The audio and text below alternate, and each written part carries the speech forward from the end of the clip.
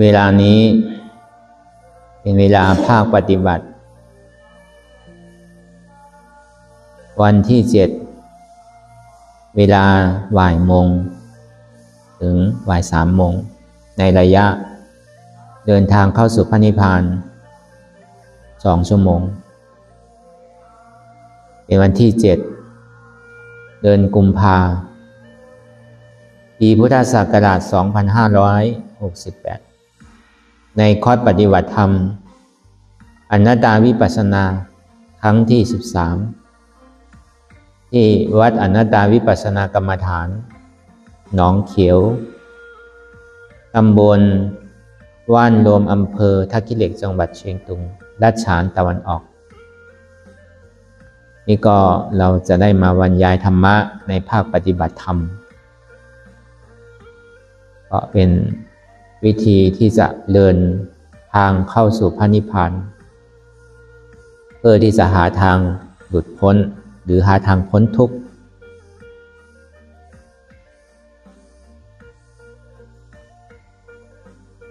ก็ให้เราปิดหูเนื้อเปิดหูปัญญาหลับตาเนื้อเปิดตาปัญญาพิจารณาดูที่จิตรู้ว่าสิ่งทั้งหลายทั้งปวงที่มันปรากฏขึ้นนี้ให้เราปล่อยวางเป็นอนัตตาสิ่งที่มันเกาะกลสิ่งที่มันฟุ้งซ่านโอนกระวายอยู่นั้นมันเป็นอัตตานอกและอัตตาในกำลังทำงานอยู่ต่อเนื่องเหตุที่ทำให้เรามีจิตฟุ้งซ่านเรียกว่าจิตสังขารที่มันกำลังทำงานอยู่นี้ก็ให้เรารู้ทันที่มันปรากฏขึ้นถ้าเรายังไม่เห็นเจ็บยังไม่เห็นทุกข์ยังไม่เข้าใจในอนัตตานั้นจิตก็ยังจะฟุ้งซ่านไปเรื่อยเปื่อยแต่บางทีเราพยายามที่จะทำให้จิตสงบธรรมดาของจิตเนี่ยมันไม่สามารถที่จะสงบได้จริงๆมันสงบได้ชั่วครั้งชั่วคราวพอมันตื่นมากิเลสก็เหมือนเดิมเรียกว่าอัตตะกำลังนอนหลับอยู่เพราะฉะนั้นในการวิปัสสนานี้ยิ่งจิตมันฟุ้งซ่านจิตมันกระวนกระวายจิตมันคิดเรื่องอดีตหรือจิตกำลังคิดเรื่องอนาคตมันก็เป็นสภาวะธรรมที่มันปรากฏขึ้นให้เรารู้ทันที่จิตกำลังคิดอะไรอยู่ไม่ใช่ว่าปล่อยให้มันคิดไปเรื่อยเปื่อยเพราะฉะนั้นในอกุศลธรรมทั้งหมด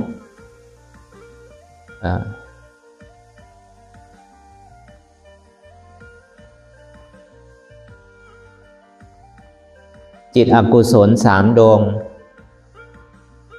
วจีอกุศล4กายอกุศล3เรียกว่าอกุศลเก่าสิ่งที่เราได้ทำได้คิดได้พิจารณาเกี่ยวด้วยเรื่องอกุศลที่ผ่านมานั้น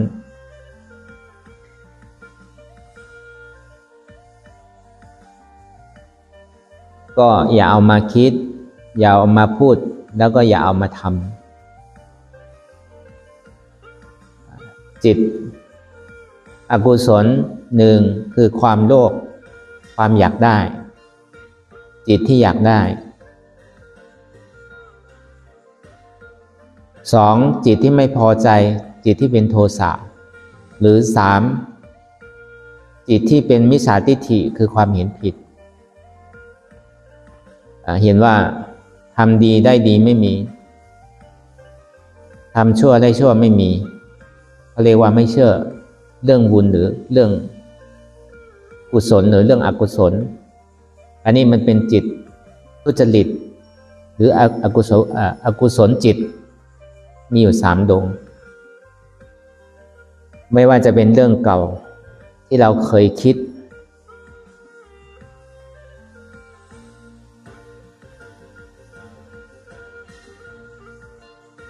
หรือว่าจีอกุศล4ดวง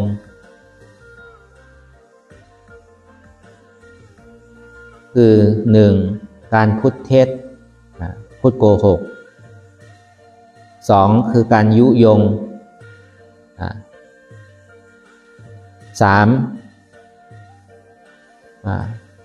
การพูดไม่ค่อยเพราะหรือพูดไม่ดีไม่งามหรือพูดเป็นโทสะ 4. พูดไปเรื่อยเปื่อยเขาเรียกว่าวจีทุจริต4ประการกายอกุศล3ประการฆ่าสัตว์ตัดชีวิต 1. ลักน้อยขโมยใหญ่ 2. 3. นอกใจสามีภรรยาอันนี้เรียกว่าอกุศล10ประการไม่ว่าจะเป็นเรื่องอดีตที่ผ่านมาก็แล้วแต่เราก็อย่าเอามานึกคิดพิจารณาสิ่งที่ทำไปแล้วก็ให้มันแล้วไปเขาเรียกว่าอย่าเอาอกุศลเก่าที่เราเคยทำเป็นอาจินนั้นเอามาคิดมาพูดแล้วก็เอามากระทำไม่ควรที่จะคิดไม่ควรที่จะพูดหรือไม่ควรที่จะเอามากระทำอีกมันเป็นเรื่องเก่าก็ให้มันจบไปและคราวนี้อกุศลใหม่ที่ยังไม่เคยคิดไม่เคยพูดแล้วก็ไม่เคยทำก็อย่าเอามาคิดอย่าเอามาพูดอย่าเอามาทำที่เราไม่เคยคิดหรือไม่เคยพูดไม่เคยทำอยู่ด้วยเรื่องอกุศลใหม่ที่ยังไม่เคยคิดก็อย่าเอามาคิดมาพูดมากระทำหรือกุศลเก่าที่เราเคยทำเป็นอาจินดึงคิดดีพูดดีทำดีแล้วก็ให้มันอยู่เคียงข้างเราอยู่ตลอดแต่อย่างน้อยก็จิตอกุศลหรือสิ่งที่เราคิดไม่ดีพูดไม่ดีหรือทำไม่ดีเนี่ยมันก็จะไม่กำเริบถ้าเราคิดดีพูดดีทำดีสิ่งที่เราเคยคิดไม่ดีพูดไม่ดีทำไม่ดีมันก็ระงับได้ชั่วครั้งชั่วคราวไม่ใช่ว่าระงับได้ถาวรคราวนี้กุศลใหม่ที่เรายังไม่เคยทำไม่เคยคิดไม่เคยพูดแล้วก็ไม่เคยทำก็ตั้งใจให้คิดให้ได้พูดให้ได้แล้วก็ทำให้ได้เช่นเราปฏิบัติในวิปัสสนาอนัตตาวิปัสสนานี้ก็คือเป็นกุศลใหม่ที่เรายังไม่เคยคิดจริงๆจังๆแล้วก็ไม่เคยพูดจริงๆจังๆแล้วก็ไม่เคยทำจริงๆจังๆคราวนี้เราก็ฝึกเพื่อที่จะคิดให้ได้ฝึกเพื่อที่จะถามหรือพูดให้ได้ฝึกเพื่อที่จะกระทำให้ได้เรียกว่ากุศลใหม่กุศลใหม่ก็คือเป็นกุศลที่จะได้มรรคผลนิพพานเจริญกุศลเจริญมรรคที่จริงมรรคผลนิพพานเนี่ยมันเหนือกุศลหรืออกุศลถ้าจะย่างเข้านิพพานจริงๆเนี่ยแม้แต่อกุศลยังต้องละยังต้องทิ้งเพราะว่ากุศลเนี่ยเรายังหวังว่าเรายังหวังหรือปรารถนาที่จะเป็นมนุษย์หรือเป็นผู้ที่มีชื่อเสียงหรือมีอำนาจมีทรัพย์สินหรือปรารถนาที่จะเป็นเทวราหรือปรารถนาจะเป็นพรหมอย่างเงี้ยมันก็ยังเป็นกุศลเก่าอยู่ที่เราเคยเป็นมาแล้วในโลกธาตุทั้งหมดเนี่ยเราเคยเป็นมาในทุกติภูมิ4อันนี้แหละเป็นว่านเกิดของเราในสุคติภูมิ2ก็คือมนุษย์ชั้นสวรรค์6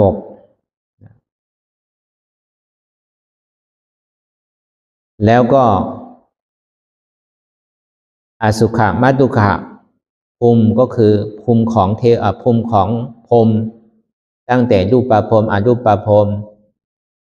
สัญญีเนสัญญานาสัญญายตนะขึ้นไปอยู่15ภพภูมิ ภูมิทั้งหมดทั้งสิ้นมีอยู่31แต่เป็นภูมิพระอริยเจ้าพระอนาคามีอยู่เนี่ยคือเป็นภูมิมีอยู่5ภูมิอันนั้นเราไม่เคยเป็นถ้าเราเป็นก็เราคงจะไม่กลับมาเป็นมนุษย์อีกแล้ว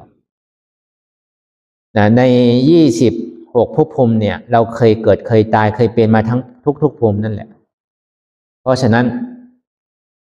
ในการให้ทานก็ดี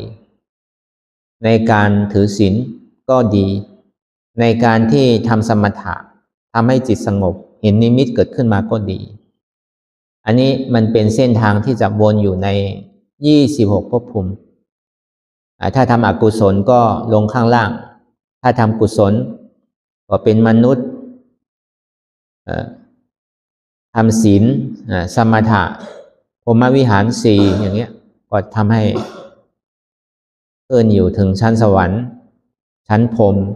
จากนั้นพออายุหมดก็ต้องลงมาจุติอีกแม้แต่เราเป็นมนุษย์ไม่ว่าจะเป็นร้อยเป็นพันเป็นหมื่นเป็นแสนตายจากมนุษย์จะได้มาเกิดเป็นมนุษย์ก็มีแค่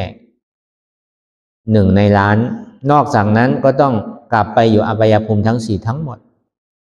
ไม่ว่าจะเป็นเทวดาก็เหมือนกัน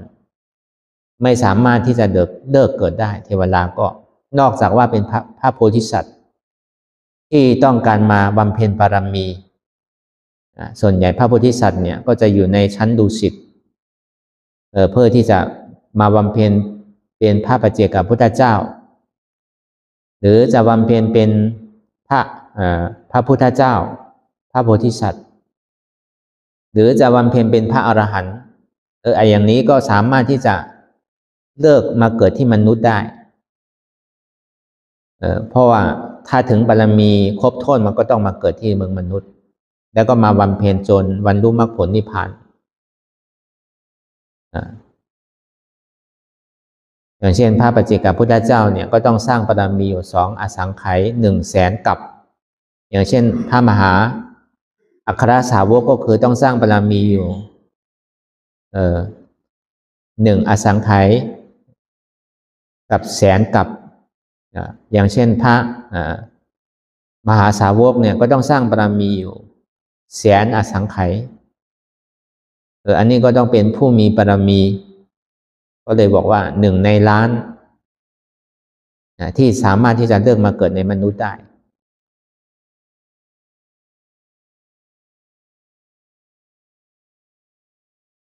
เพราะฉะนั้นในชั้นสุทาวาส5เนี่ยมันเป็นชั้นของพระอนาคามีสุทาสาสุตสีอวิหาอัตตาปะอากานิฐาเนี่ยในชั้น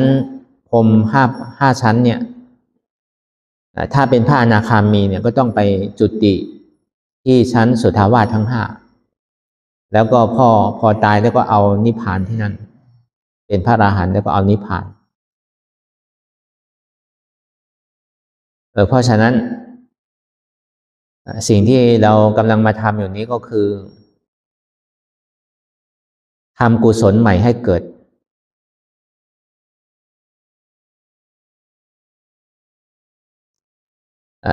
ถ้าอย่างอื่นแล้วก็คือเราทำมาทั้งหมดแล้วเราเคยเป็นมาทั้งหมดแล้วอย่างเช่นในโลกวัยนี้พระพุทธเจ้าเกิดมาตั้งแต่พระพุทธเจ้ากักกุสันโธ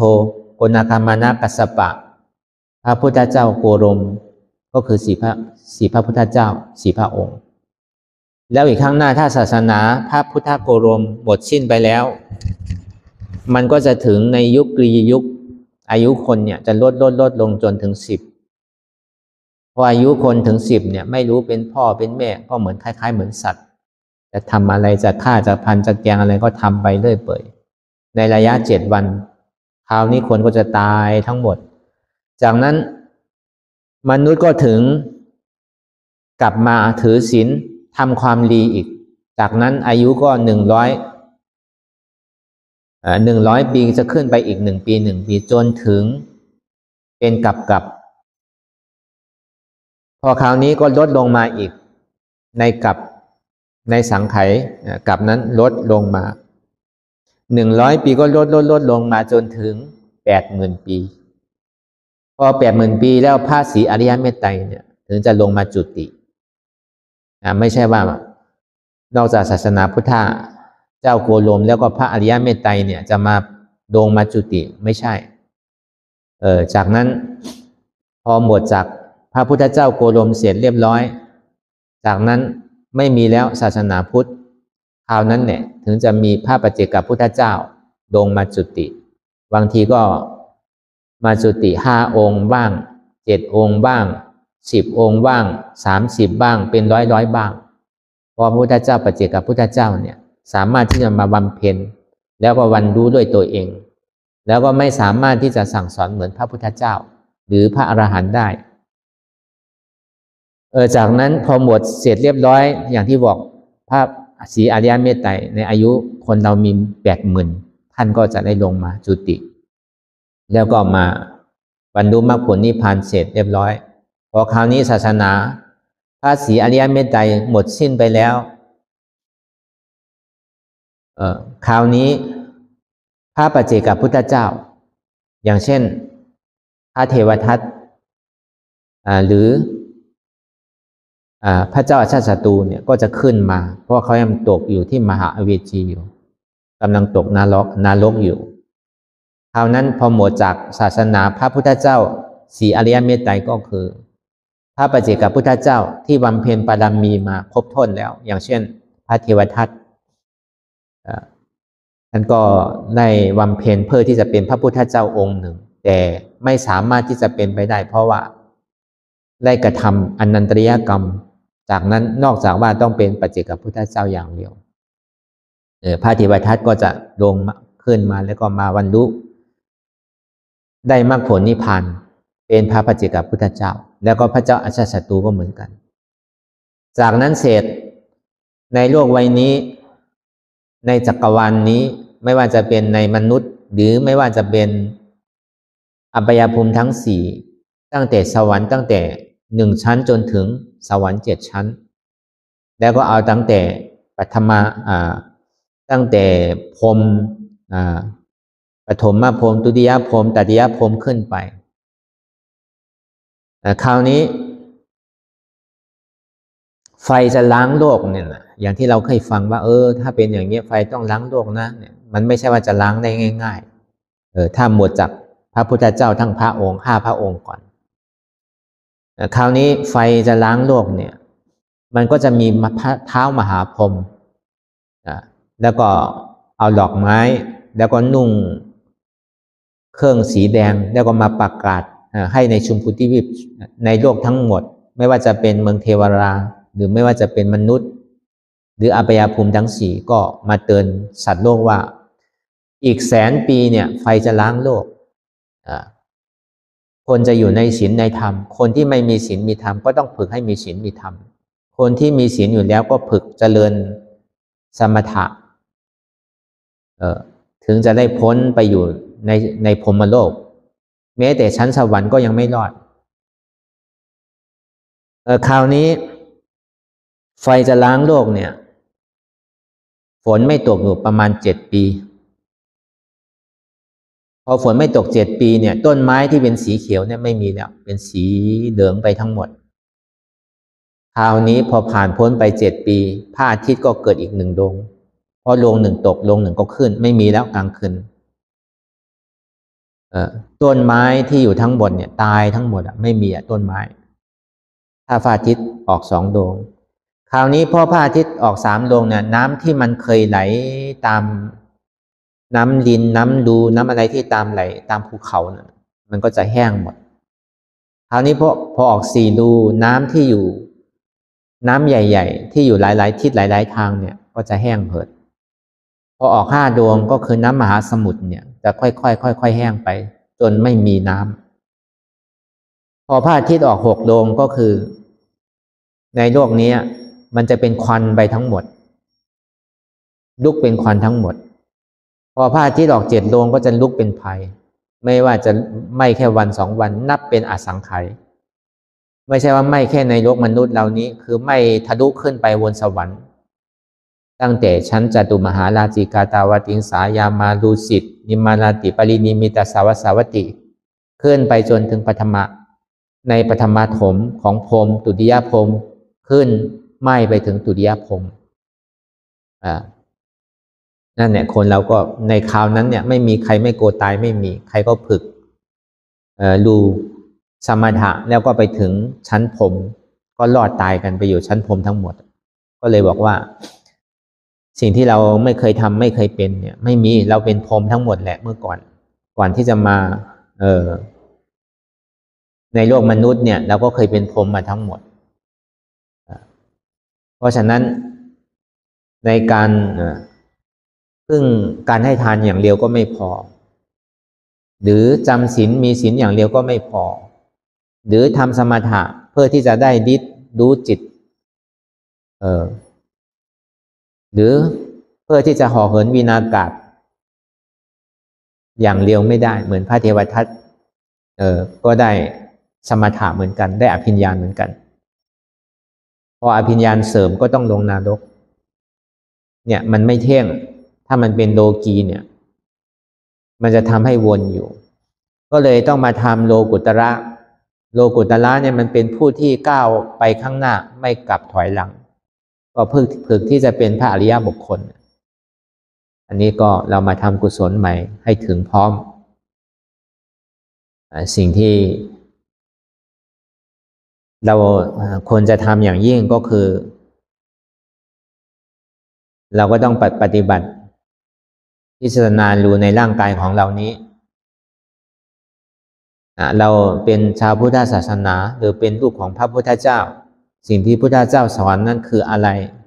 พุทธเจ้าทุกๆพระองค์เป้าหมายสูงสุดของพระพุทธเจ้าก็คือพระนิพพานเรียกว่าเป็นผลของสุขเพราะนิโรธนั่นนิพพานเนี่ยมันมี2ประการสัพปฏิเสสนิพพานกับอนุปฏิเสสนิพพานสัพปฏิเสสนิพพานก็คือกิเลสนิโรธกิเลส 1,500 ขัดสะบั้นดงแล้วก็ยังเป็นยังขันยังอยู่ยังทรงขันอยู่นี่เรียกว่าสัพปฏิเสสนิพพานพออยู่เฉยมันก็เป็นสมาบัติพระอรหันต์คราวนี้อนุปฏิเสสนิพพานก็คือขันธ์ท่านิโรธหมดแล้วกองทุกข์หลงที่แบกมาเวลายาวนานถึงปานนี้เรียกว่ามรณะหรือเรียกว่าตายเนี่ยเขาเรียกว่าขันธ์ท่านิโรธถ้าเป็นพระอรหันต์ตายเนี่ยเรียกว่าขันธ์ท่านิโรธแล้วก็ไปเสวยสุขในเมืองนิพพานที่มันเป็นนิจจังที่มันเป็นสันติสุขที่มันเป็นอมตะธาตุจะได้ไม่ต้องมาเกิดมาแก่มาเจ็บมาตายอีกนั่นแหละถึงบ้านของเราจริงๆไม่อย่างนั้นไม่ว่าเราจะไปเป็นเทวดาหรือเป็นพรหมเนี่ยมันก็เหมือนเรามีเงินแต่เราไปนอนโรงแรม5 ดาวบ้าง7 ดาวบ้างพอเงินเราหมดเราก็ต้องกลับบ้านเดิมบ้านเก่ามันเสวยสุขไม่ยืนยาวนักพอบุญมันหมดมันก็ต้องลงมาเกิดอีกอันนี้มันก็จะวนไปวนมาอย่างนี้ถ้าเราอยากจะพ้นทุกข์จริงๆเนี่ยเราก็ต้องมาศึกษาในคำสั่งสอนของพระพุทธเจ้าทุกๆพระองค์ที่ในมรรคมีองค์8นั้นสัมมาทิฏฐิสัมมาสังกัปปะความเห็นชอบความดำริพิจารณาชอบสัมมาวาจาชอบสัมมากัมมันตะการงานชอบสัมมาอาชีวะการเลี้ยงชีพชอบสัมมาวายามะความเพียรชอบสัมมาสติชอบสัมมาสมาธิความตั้งมั่นชอบใน8ประการนี้ก็ที่เรามาปฏิบัติเนี่ยก็เอาปัญญานำหน้าเพราะว่าในอริยมรรคมีองค์8มันก็เป็นปัญญาถ้าเป็นแนวปฏิบัติเนี่ยเราต้องเอาปัญญานำแต่ถ้าไม่ปฏิบัติหรือเรียนปริยัติเนี่ยก็ต้องเอาศีลนำหน้าถ้าปฏิบัติเนี่ยต้องเอาปัญญานำถ้าวางสัพปฏิบัติก็ต้องเอาศีลนำ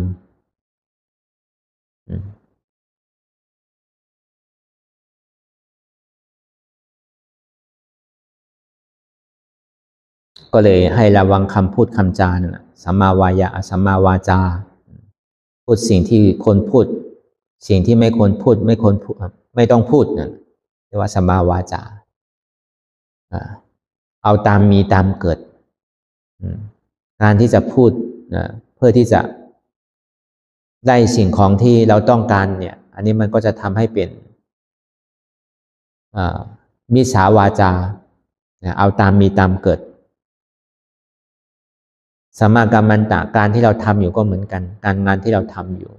นอกเหนือจากที่เราปฏิบัติเนี่ยไม่มีงานอันใดที่ยิ่งกว่าที่เรามาปฏิบัติธรรมสัมมาอาชีวะไม่ต้องไปค้าขายอะไรถึงเวลามันก็มีคนทำให้มีบริจาคให้มีคนทำบุญให้อันนี้เราไม่ต้องไปแสวงหาว่าเราต้องกินอะไรบ้างวันพรุ่งนี้วันมะรืนต้องซื้ออะไรมากินบ้างไม่ต้องมีภาระแบบนั้นแล้วที่เรามาเอาศีลตั้งแต่ศีล8ศีล9ตั้งแต่ศีล100กว่าศีล10หรือศีล227เนี่ยอันนี้เขาเรียกว่าเป็นศีลที่มันควบคุมอยู่ในการงานที่มันควบคุมอยู่ในอาชีพที่มันควบคุมอยู่ในวาจาอันนี้เป็นศีลสมาธิก็คือสัมมาวายามะความเพียรชอบอันนี้ที่เรากำลังบำเพ็ญกันอยู่เนี่ยเขาเรียกว่าความเพียรชอบความเพียรชอบเนี่ยมันก็ต้องมีสัจจะอธิษฐานสิ่งที่เราบำเพ็ญอยู่นี้ในระยะบ่ายโมงถึง3 โมงที่จริงเมื่อกี้ที่เรา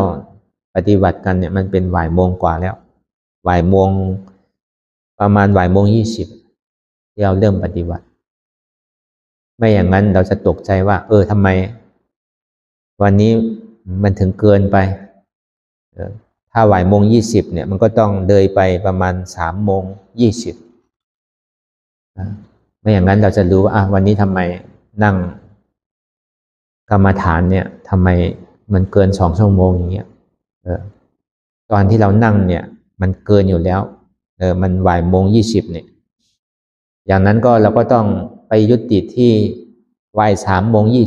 20ถ้าไม่อย่างนั้นมันก็จะไม่เต็ม2 ชั่วโมงอันนี้เขาเรียกว่าความเพียรชอบสติชอบก็คือตอนนี้เรากำลังทำอะไรอยู่แล้วจะคิดไปเรื่อยเปื่อยทำไมคิดโน้นคิดนี้ไม่จบไม่สิ้นทำไมตอนนี้ก็เรากำลังตื่นรู้อยู่ที่นี่ที่วิหารธรรมอนัตตานี้ไม่ใช่ว่าเรากำลังอยู่ในบ้านหรืออยู่ที่วัดอื่นหรืออยู่ที่จังหวัดอื่นอำเภออื่นไม่ใช่ตอนนี้เราอยู่ที่นี่นี่ให้เราตื่นรู้อยู่ตลอดเวลาอันนี้เขาเรียกว่าสัมมาสติ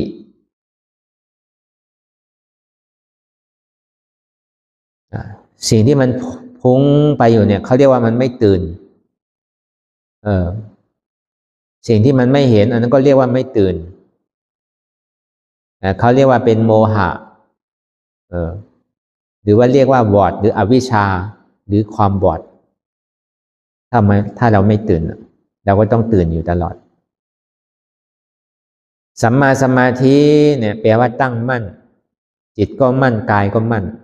ไม่ใช่ว่าคอนสั่นไปสั่นมาเพื่อที่จะให้เจ็บหายเพื่อที่จะให้ทุกข์หายเราตั้งมั่นวางตัวให้ตรงๆแล้วก็ตั้งมั่นแล้วมันจะเจ็บจะร้อนจะหนาวก็ช่างมันเถอะฉันจะนิ่งแล้วก็ดูไปเรื่อยๆเหมือนเราไปตั้งเสาให้มันมั่นให้มันตรงอย่าเอียงเกินไปนะถ้ามันเอียงซ้ายมันก็จะไปซ้ายถ้าเอียงขวาก็จะไปขวาถ้าก้มข้างหน้ามันก็จะมาข้างหน้าถ้าไปข้างหลังแล้วมันก็จะไปข้างหลังเพราะฉะนั้นให้ตั้งมั่นไม่ซ้ายไม่ขวาไม่หน้าไม่หลังตั้งมั่นไว้เรียกว่าสัมมาสมาธิความตั้งมั่นชอบถ้ากายเรามั่นจิตเราก็มั่นถ้าจิตเรามั่นกายเราก็มั่นเรียกว่าการตั้งมั่นเพราะฉะนั้นพอมันเขาเรียกว่าศีลใสศีลใสศีลสะอาดศีลเนี่ยทำให้จิตเราสะอาดทำให้กายเราสะอาด สมาธิทำให้จิตเรานิ่งกายเรานิ่งวิปัสสนาทำให้ปัญญาเราเกิดวิปัสสนาคือความเห็นถูกต้องหรือความพิจารณาถูกต้องคือวิปัสสนาก็คือเป็นตัวสัมมาทิฏฐิสัมมาสังกัปปะเป็นตัวปัญญาความเห็นถูกต้องในร่างกายนี้ไม่มีอันใดหนอที่สามารถที่จะบังคับได้แม้แต่กายของเราเนี่ยเรายังไม่สามารถที่จะบังคับได้เลยที่จริงไม่ใช่ของเรานี่มันเป็นอนัตตาเรียกว่าความเห็นชอบคราวนี้พอเรามาดูที่จิตที่มันกำลังเป็นอยู่จิตที่มันฟุ้งซ่านจิตที่มันวนไปวนมาจิตที่มันคิดไปเรื่อยเปื่อยคราวนี้เราไปเห็นจิตที่มันกำลังคิดอยู่แต่เราจะไปหยุดมันก็ไม่ได้เราจะพยายามให้มันนิ่งก็ไม่ได้มันก็เป็นปกติของจิตแต่ขอให้รู้ทันว่าจิตเนี่ยกำลังคิดอะไรอยู่คิดเรื่องอดีตหรือเปล่าคิดเรื่องอนาคตหรือเปล่าหรือคิดไปเรื่อยเปื่อยหรือเปล่าจิตที่มันเป็นอยู่นี้เพราะทำไมมันถึงเป็นอย่างนี้จิตเนี่ยไม่บังคับได้เลยทำไมมันถึงเป็นแบบนี้เราคิดว่ามันเป็นจิตเราทำไมเราถึงบังคับไม่ได้ก็เป็นเพราะว่ามันไม่ใช่ของเราจิตนี้มันเป็นอนัตตาท้ายสุดก็คือว่าจิตนี้เป็นอนัตตา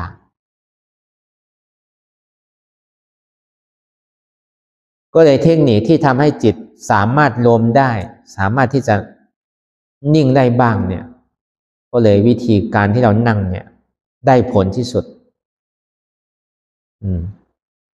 ถ้ากำลังเวทนาไม่พอเนี่ยกำลังเจ็บไม่พอเนี่ยจิตมันจะพุ่งไปเรื่อยแหละไม่อยู่กับที่ไม่อย่างนั้นก็จะง่วงนอนดับเพราะทำไมถึงเป็นอย่างนั้นเพราะว่า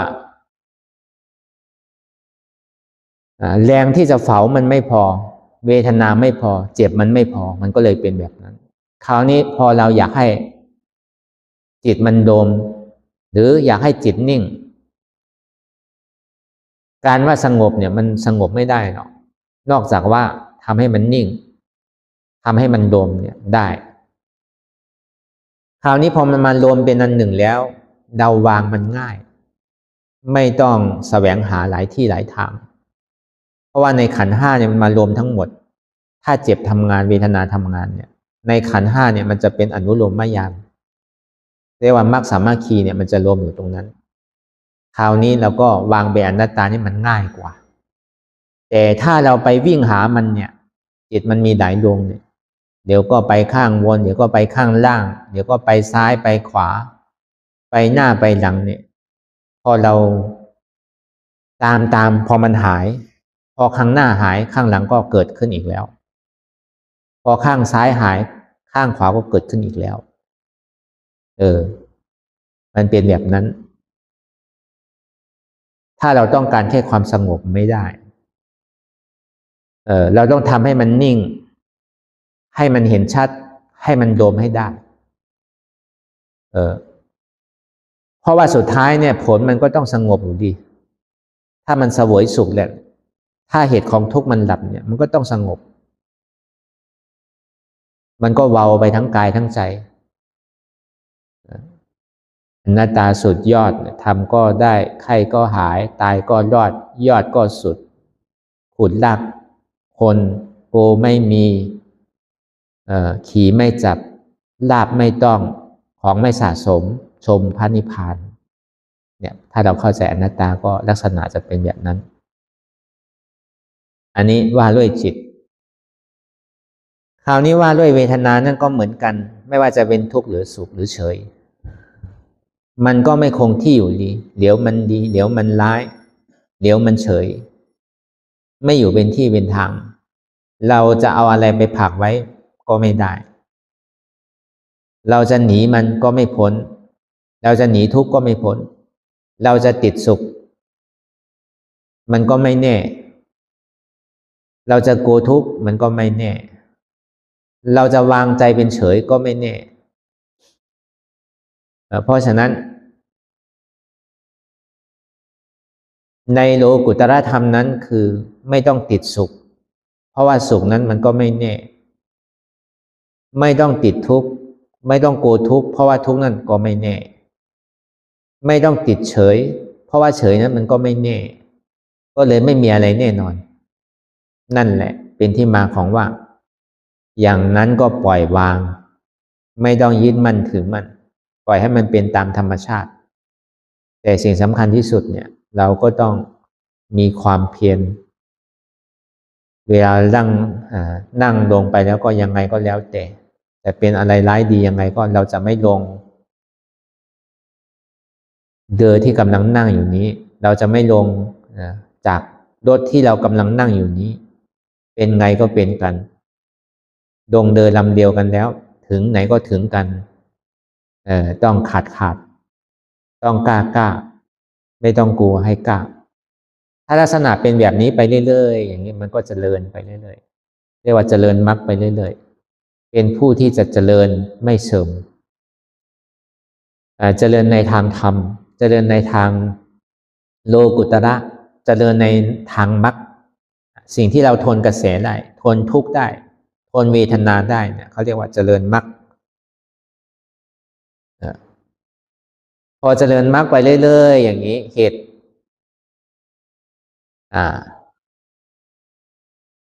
ตุของทุกข์มันก็จะเสื่อมไปค่อยๆเสื่อมไปอันนี้มันมีสองประการถ้าเมื่อใดเราเจริญมรรคคราวนี้เหตุทุกข์เขาเรียกว่าสมุทัยมันก็เสื่อมพอสมุทัยค่อยๆเสื่อมคราวนี้มันตัดพอมันตัดขาดแล้วก็คือผลของทุกข์มันก็หลับพอผลทุกข์หลับผลสุขก็ปรากฏขึ้นมาอันนี้วิธีการที่จะทำให้เจริญมรรคเนี่ยก็ทนกระแสให้ได้ทนในโลกให้ได้เพราะในโลกเนี่ยมันก็ต้องเจอในโลกธรรมหมดแล้วมีดีมีร้ายมียศเสริมยศมีลาภเสริมลาภมีโห่ร้องมีร้องไห้มีเคราะห์มีลาภอันนี้มันเป็นโลกธรรมคนเราถ้ามีเคราะห์ก็ไม่สบายใจพอมีลาภก็ดีใจพอมียศก็ดีใจพอเสริมยศก็เสียใจ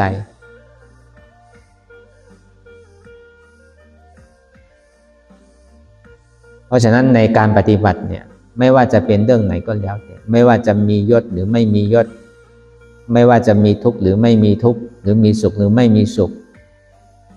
ก็ไม่ค่อยดีใจไม่ไปดีใจกับเขาไม่ได้ไปเสียใจกับ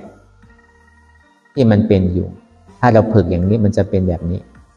ถ้าเราฝึกเรียนรู้ทุกข์เรื่อยๆอย่างเงี้ยพร้อมที่จะยอมรับอยู่ตลอดเพราะว่ายังไงก็แล้วแต่เราไม่สามารถที่จะหนีได้เรื่องทุกข์นี้มันก็เหมือนเงาที่กำลังติดตามตัวเราไปเรื่อยเปื่อยไม่ว่าเราจะหนีไปที่ไหนก็มันพ้นไม่ได้เพราะฉะนั้นถ้าพ้นไม่ได้จะทำยังไงแล้วอยู่กับมันได้เหมือนน้ำกับน้ำมันอยู่ด้วยกันก็ไม่ติดกันเนี่ยถ้าเราสามารถที่จะทำอย่างนี้ได้ไม่ว่าเราจะอยู่ที่ไหนที่แห่งไหนไม่ว่าเราจะอยู่คนเดียวหรืออยู่ที่ไหนก็ไม่ได้มีความกลัวไม่ได้กลัวทุกข์เพราะว่าเราพร้อมที่จะรับทุกข์อยู่ตลอดเนี่ยถ้าเราทำได้มันก็จะทำให้กิเลสนั้นขาดสะบั้นลงหรือตัณหาเนี่ยมันจะหมดถ้าเราเจริญในมรรคไปเรื่อยๆ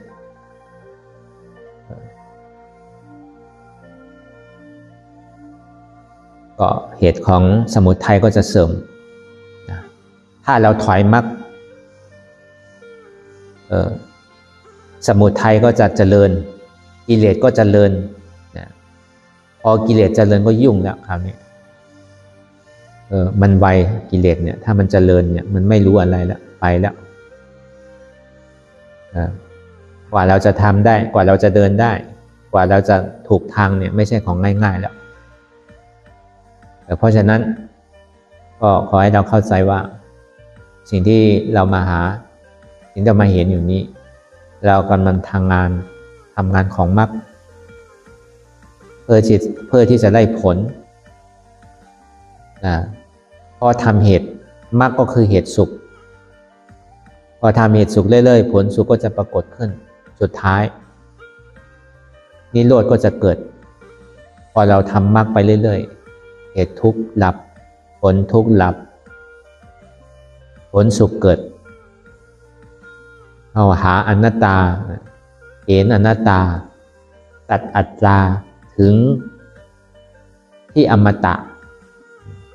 อันนี้ก็ให้เราเห็นเจ็บเห็นทุกข์เห็นโกรธเห็นดะเห็นหนาวที่มันปรากฏขึ้นนี้ที่เจ็บที่ร้อนที่มันปรากฏขึ้นนี้มันเป็นทุกข์ทำไมถึงมีทุกข์เพราะมีเหตุทุกข์ถึงมีทุกข์เหตุทุกข์คืออะไรเป็นหูกูขากูเอวกูท้องกูก้นกูเนื้อกูเอ็นกูหลูกกูใจกูเป็นกูเจ็บกูเนี่ยอันนี้เป็นเหตุทุกข์พอมันปรากฏขึ้นแบบนั้นแล้วเราก็เอาเหตุสุขว่าไม่ใช่โหไม่มีโหไม่มีขาไม่มีมือไม่มีเท้าไม่มีท้องมีก้นไม่มีใจไม่มีกูเจ็บนี่ก็ไม่มีมันเป็นอนัตตาก็ให้เราปฏิบัติแล้วก็ทำลักษณะแบบนี้ไปเรื่อยๆทำมีก็ให้เห็นทำจริงก็ให้รู้สัมมาทิฏฐิคือความทำมีให้เห็นว่าสัมมาสังกัปปะทำจริงให้รู้ให้เห็นทุกข์ให้รู้ทุกข์ว่าเป็นอนัตตาให้เห็นเจ็บให้รู้ว่าเจ็บนี่เป็นอนัตตาไม่ใช่ตัวตนบุคคลเราเขาเป็นอนัตตาปล่อยความยึดมั่นถือมั่นในรูปนามขันธ์ห้านี้วางให้เป็นอนัตตาก็พิจารณาอย่างนี้ไปเรื่อยๆเจ็บมันจะปรากฏขึ้นแบบไหนก็แล้วแต่มาที่กายก็ไม่มีกายมาที่จิตก็ไม่มีจิตมาที่เจ็บก็ไม่มีเจ็บเป็นอนัตตาก็พิจารณาแบบนี้ไปเรื่อยๆเจ็บก็เหมือนกันพิจารณาแบบนี้ไปเรื่อยๆพอเห็นเจ็บอันหนึ่งอันเดียวแล้วก็เจ็บนี่ก็ไม่ใช่เราอนัตตาทุกที่มันกำลังเกิดขึ้นอยู่นี้ก็ไม่ใช่เราไม่บังคับได้เป็นอนัตตาพออัตตาเกิดขึ้นมาก็นี่ก็ไม่ใช่เรานั่นก็ไม่ใช่เราไม่มีเขาไม่มีเราไม่มีมึงไม่มีกูมันเป็นอนัตตาถ้ามันเจ็บมาเนี่ยมันจะขึ้นกูแล้วมันเรามีโทสะถ้ามันเห็นกูนั่นแหละเห็นอัตตาตัวพ่อถ้ามันยังเห็นเขาเห็นเราอยู่เนี่ยมันยังเห็นอัตตาเล็กๆไม่ได้เป็นตัวพ่อเลยพอมันเห็นมึงเห็นกูมาเนี่ยอันนั่นแหละตัวพ่ออันนั่นแหละต้องเอาออกกูนั่นแหละต้องเอาออกกูไม่พอใจนั่นแหละเอาออกกูไม่พอใจมึงนั่นแหละเอาออกมึงก็ไม่มีกูก็ไม่มีเขานั่นก็ไม่มีเรานั่นก็มันไม่มีนี่ก็ให้เราพิจารณาวางอย่างนี้ไปเรื่อยๆวางจนกูก็ไม่มีเขาก็ไม่